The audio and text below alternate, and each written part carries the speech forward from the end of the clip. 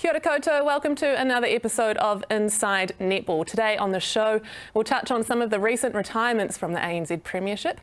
Julie Seymour from the Tactix joins us for a chat, but first things first, let's rip into the final round of the competition. What does it mean for the final series? Annie, Dean, the Tactix just couldn't quite get there. So close, weren't they? They could have got that win over the Mystics on Monday night. They had to win by 12, couldn't quite get there, but they took them into overtime. So interesting, they finished fourth, and yet they took the Mystics, who booked their ticket to the grand final, sitting in that first spot. They took them to overtime. So it just goes to show you how close those top four teams were. The Tactix, for me, though, just peaked a little bit too late. They won their last two of their three games. One of those was against the Pulse, and they're sitting in second position.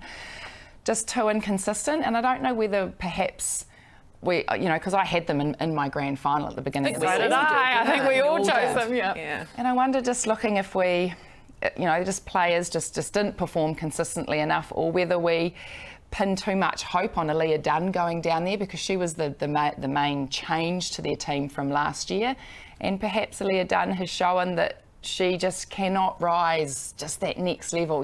She has some really good games, but then she can have some pretty mediocre games. And I think, and I said it on Monday night, that often Tapaya Selby-Rickett is the barometer of that Tactix side. When she performs well, and she had a good game on Monday night, they performed well. In fact, she's been great the last three games, and I think has booked her ticket into that Silver Fern spot. But, they finished on the same amount of wins and losses as the Stars, didn't quite get as many bonus points a day.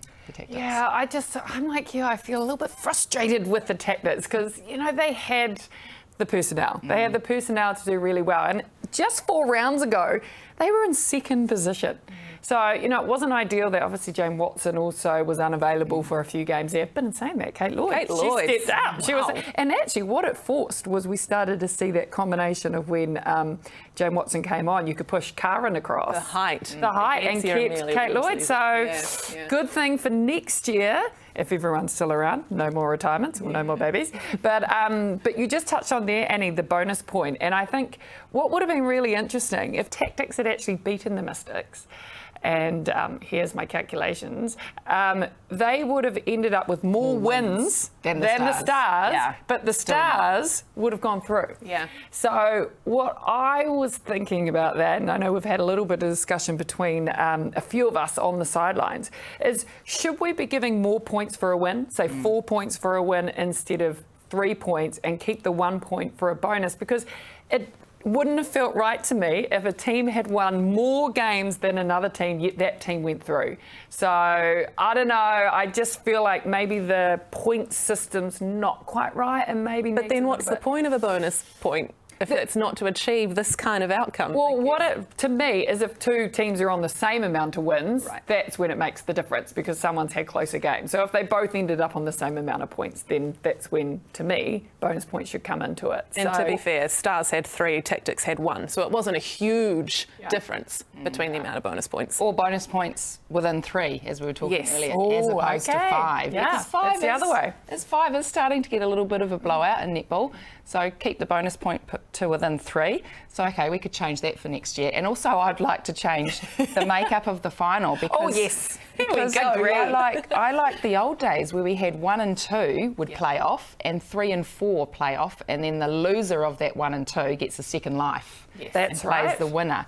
Because you look, it's pretty unfair that the Tactix have finished on the same wins as the Stars, same amount of losses, but they haven't made it. So, and the fact they just beat the Pulse, they took the Mystics to extra time, and they've got no shot of, backing that up. So let's go top 4, go through to the finals, as opposed to the top 3. So I'd be happy with that. I like that, but I'm going to mix it up even more. And I think it's because I've been watching all this NBA, and I think because there are so many close teams now, anyone on the day can almost win. We also seen that with the Steel. So to have a one-off final, I wonder, should we be having a final series? So when you do get to that first and second, should it be best of 3?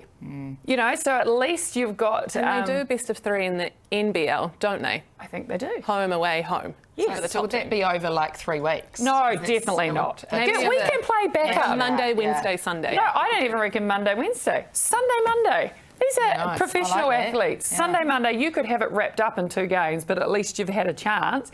And then you get a week off if you go to round to game 3, and that's when you go to the other venue, which would be the away. So we're really throwing out a lot of options here. A lot of options. Netball New Zealand, are you listening? I mean, we know that money and resources are probably, Well, that's why it's going back to back, day after the other. That saves money. Stadium's still set up. Okay, I want to talk about the bonus point again. Sorry to go back a couple of topics, but the Stars, obviously, they were down by 10 with 2.5 minutes to go, and somehow managed to score the last 5 and get a bonus point. So is that what you mean anyway? It's a bit of a farce because they were down by 10. I know. Well, I think it's great. They knew what they had to do to get into that top 3, and I mean, probably a lot of people in the crowd were like, why was Gina Crampton hugging Maya at the end of the game? They've just lost. I left with 2.5 minutes to go because I wanted to beat the traffic out of Takanini. I thought, oh gosh, well now it's 10. Yeah. What's the point? And I could hear all this cheering. I was like, oh my gosh, what have I missed? And then check the score. I couldn't believe it. That could have blown out more, and they fought their way back. And I like the bonus point system. Look at the Tactics. Their average losing margin out of all their losses, they had a massive 24-goal blowout to the Mystics during the round robin. So their average an outlier. losing, was 10.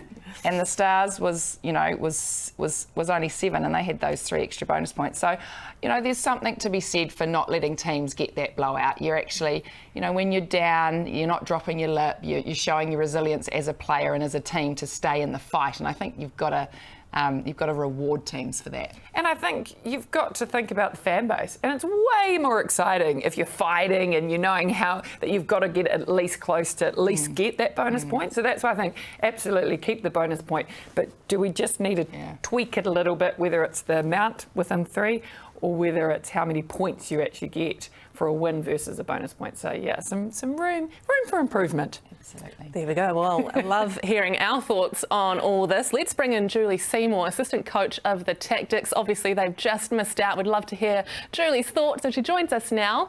Kia ora, Julie. Hi, team. Thank you for joining us. We're talking bonus point, which is probably a bit of a soft spot for you at the moment. Are you ruining the lack of those this season? Yeah, definitely. In hindsight, lots of mixed emotions at the end of the season. I think, really stoked to finish the season nice and strong and have some really good performances. But, looking back, those games we lost, we just didn't hold on close enough to be able to get a bonus point. And it's amazing in sports, just often the smallest of margins that can really change your whole season.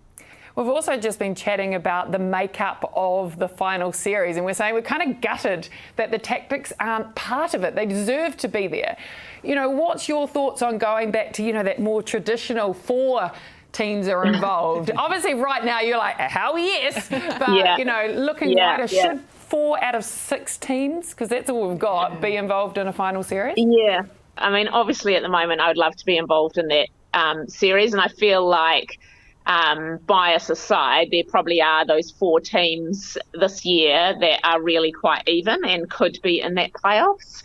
But I guess when you look that there's only 6 teams, it's probably having 4 in there, I think, is probably a bit too many. And it made that last kind of lead into the finals super intense and super exciting, which I think adds something to our sport. And, if we as teams hadn't had that leading into those last few games, maybe it wouldn't have been exciting, and maybe we wouldn't have seen the players performing under that kind of pressure. So, I do think, 3 out of 6 is probably enough. Now, Jules, we all had you in our top 3, to be fair. Back at beginning of the season, we thought on paper your team looked good. You haven't made the top 3. Where can you pinpoint what went wrong with your team as to why you just had that lack of consistency? Yeah, well, I think, at the end of season, you do have to take the time to reflect.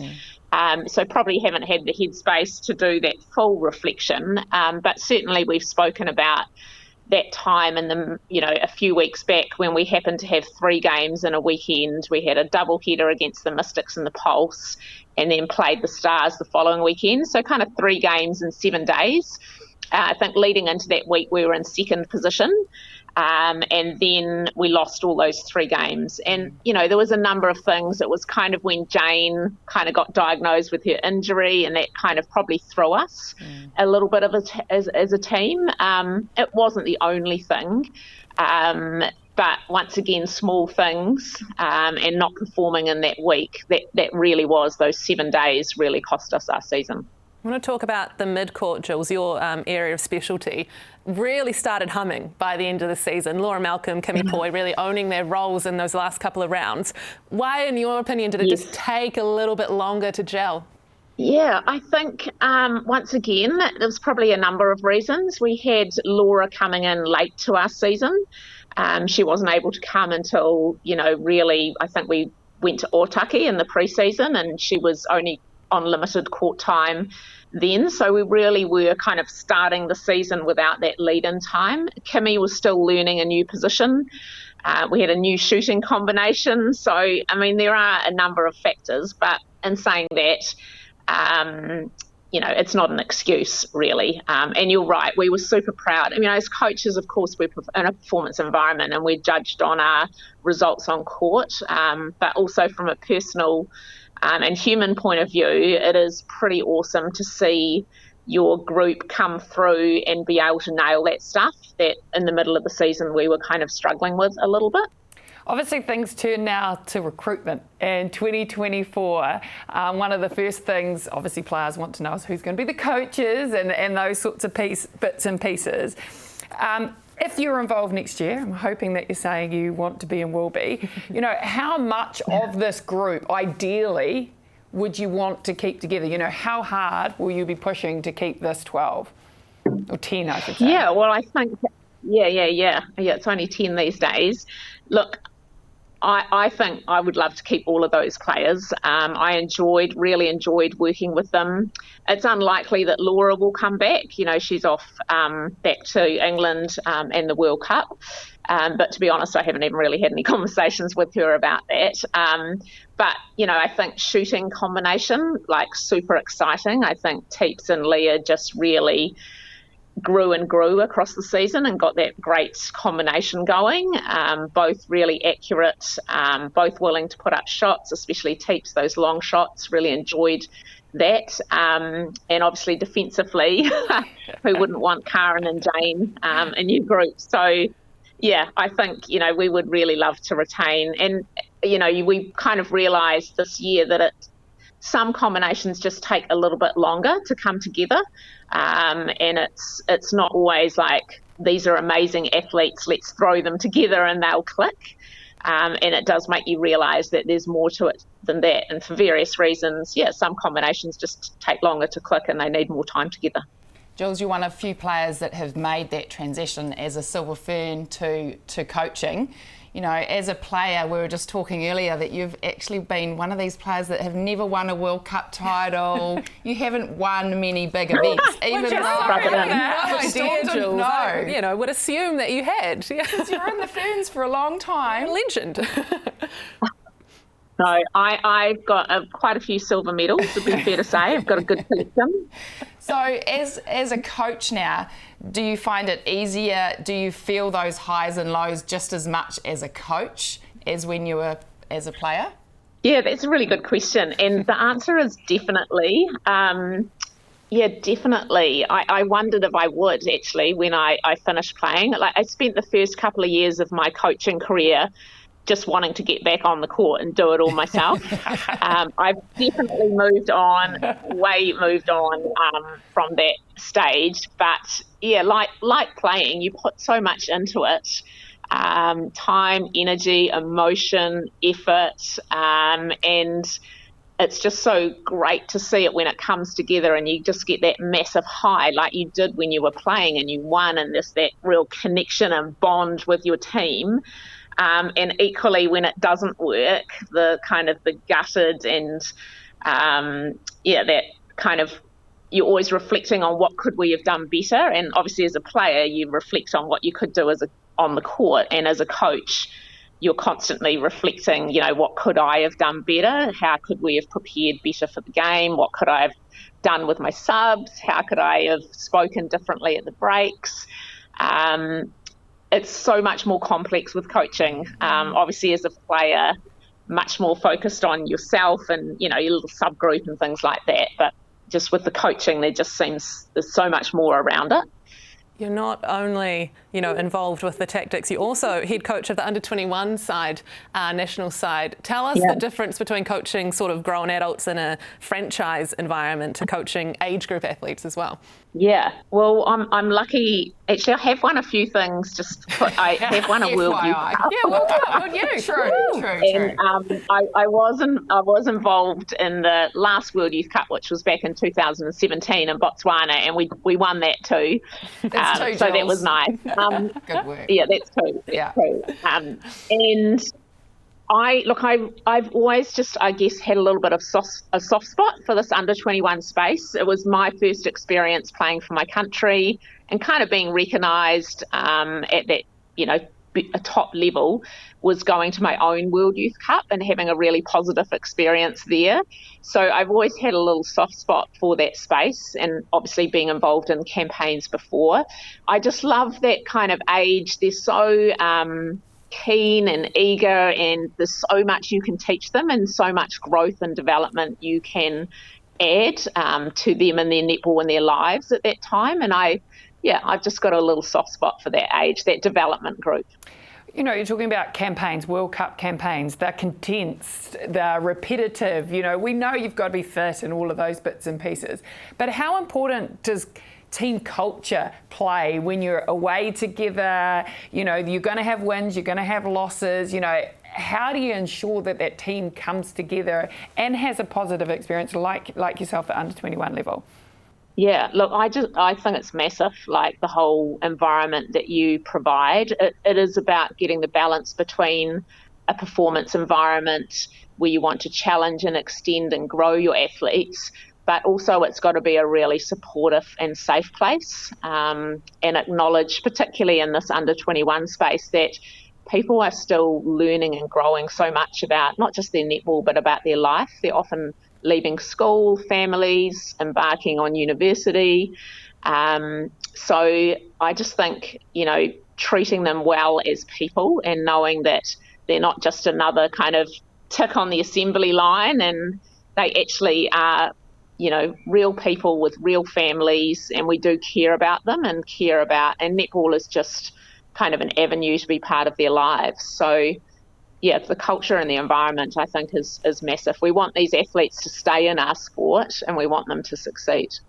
Two quick questions from me, Jules. You were always the best at the yo-yo back in the day. You've got Kimmy or Apo in your team. What do you reckon you'd run a yo-yo these days? Would you beat half the Tactics? Oh, look, of course you'd have to say yes. Come on. No, look, fitness is really important. I actually look at the intensity of the games and just think, wow. And I think the thing that stands out for me is the physicality of the games. The work that the girls actually do in the gym is actually just as important as their yo-yo scores. So, yeah, if I was back there now, I'd certainly have to get into my bench presses and that kind of thing, perhaps more than I did back in the day. And are you back with the Tactics next year, or is it too early? I think probably a little bit early, and if I was, it would probably just be a small snippet, because my under-21 coaching role is going to be really intense and busy, and I need to, be able to look across all teams and also at that development level. So it'll probably be a changing space for me next year in the Tactics. Speaking of intense and busy, I know your school bell is about to go, Jules. You're about to take a class of students, so we'll leave you there. But thank you so much for joining us. Great insight on the Tactics season. Great. Thank you, team. See you. Jules, see ya. Well, I know she'd beat me in a yo-yo. I feel like you two would beat half the ANZ Premiership players at the moment in a yo-yo. Not with my calves. Yeah, I was going to say, we'll roll with that theory, but...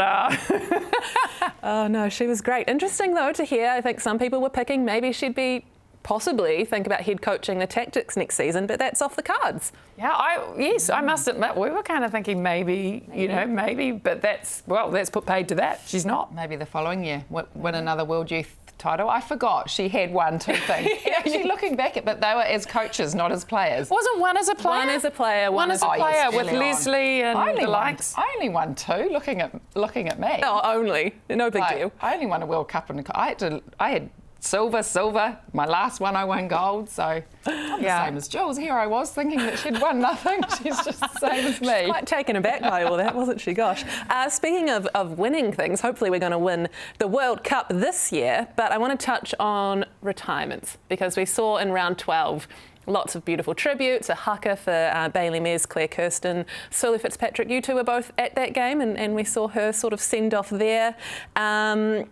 Retirements after the World Cup. Are we expecting a few? Maybe? I think this is the first 3 of, I won't say many, but I think there will be some that may take a break and, we're in a women's sport, maybe have a baby. And that's often, it is those 4-year periods. They know they work in those 4-year blocks, and the World Cup is at the end of those. So I wouldn't be surprised, but I thought that was beautiful how they did the haka for Bailey and Claire. And I'm actually so rapt for Bailey that that's the way she's finished her career, on such a high. She was playing awesome. And let's be honest, you don't always get a choice when you walk away. Sometimes it's injury, sometimes it's having children, whatever it was.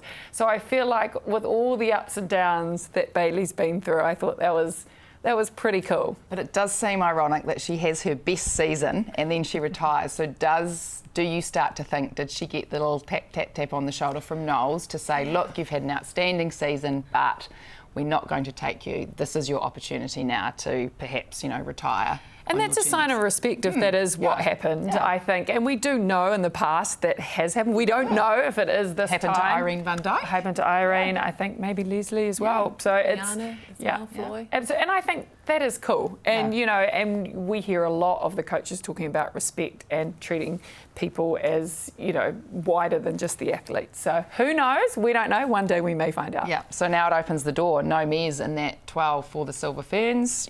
Does it open up for Maturo? We saw her, only put up 5 from 5 in that game last weekend against the Tactics. But the week before, she had good volume. Not enough, but is her role and is what she's so good at bringing her shooters into the game? Well, my worry is that if you've only shot 5 and it comes down to the last 2 minutes and you've only shot 5 goals all game, are you going to be a bit shaky on that shot? Because let's be honest, who wants to be a shooter? Not me. That's why I moved out of that role. Because there is a lot of pressure on you. And so that's my concern when you haven't shot a lot. And that's where I kind of feel like when she'd had 15 the week before, to me, not a huge amount, but she'd had enough. That she would look very comfortable on her shot. So, hey, look, if they win and then she only shoots 3, well, that puts paid to my argument. I think she could get in the 3. I think it would be a way of bringing her back in that Silver Fern environment. We haven't seen her in the Silver Fern teams the last couple of series. She got dropped, she went away, she put on all this weight, then she came back and she's worked it off and she's looking fitter, and I think she brings something different. So I think it would be a good way to bring her back in and say, you're back in that environment, high-performing environment. So, we could see her in that 3, I think. By that 3, you mean the 15. So obviously taking an extra 3 travelling reserves to the World Cup. It is interesting if you want to read into the retirement announcements. Bailey Mes, like you say, retiring from everything. Claire Kirsten, Sulu saying we're still available for Silver Ferns. Do we read into that at all? Oh, look, we could read into so much, couldn't we? Oh, I don't know. I mean, the mid-court's obviously the big headache area, and I hadn't really thought about Claire Kirsten, but she's tried and true in that Silver Ferns dress. There's room for it, is there? Room. And then I think of Sam Winders as well, and I thought it saw a terrible stat for her. I think she's won 7 games out of the last 30. I mean, that's a lot of post-match IVs. She deserves her own medal. I don't know what for, but that poor girl, she certainly always has a smile on her face and seems to be enjoying the Deep South. But, look, I just think this elimination final that's set up this weekend with all of these questions still up in the air. We spoke to Dave Knowles at the Mystics game in the weekend, and she said, spots are still up for grabs. There is still, she doesn't have her 12. So these next 2 weeks, and this one, I think in particular, elimination final, wow. Well, the Stars will want redemption. They play terribly last year. Horrible grand final last year. And they're actually very happy that it's in Porirua, not TSB Arena, because that's where all the PTSD is. But dare I ask predictions for the game? Oh, I think if you're wearing yellow, but that didn't work the other day when I had blue on. I was going. I think if I had to go, I'd go the Pulse. I think at home, strong down either end of the court. Pulse by. I think it still could be close, but Pulse by between maybe 5 and 8, actually. I'm going to be really boring and agree with Annie. I just feel like the Pulse hitting form at the right time, when you match up different players. Whitney Souness has been awesome, Kelly Jury. For Amu Ioane, how good has she been at wing defence? So, yeah, I'm just going to give the Pulse just the edge. I'm hoping it's close. I think it'll be close, but yeah. I was there for that 2019 grand final that the Stars lost as well to the Pulse, and I'm just thinking redemption maybe on the cards. I'm wearing my purple You're a top, Stars obviously. girl. I am a Stars girl. I can't hide it. You've got to even it out, so we've gone this side of the table. Exactly. So, yes, plenty of exciting netball coming our way. Make sure you tune into the elimination final on Sky Sport on Sunday. But that's all from us now here on Inside Netball. We'll see you next week.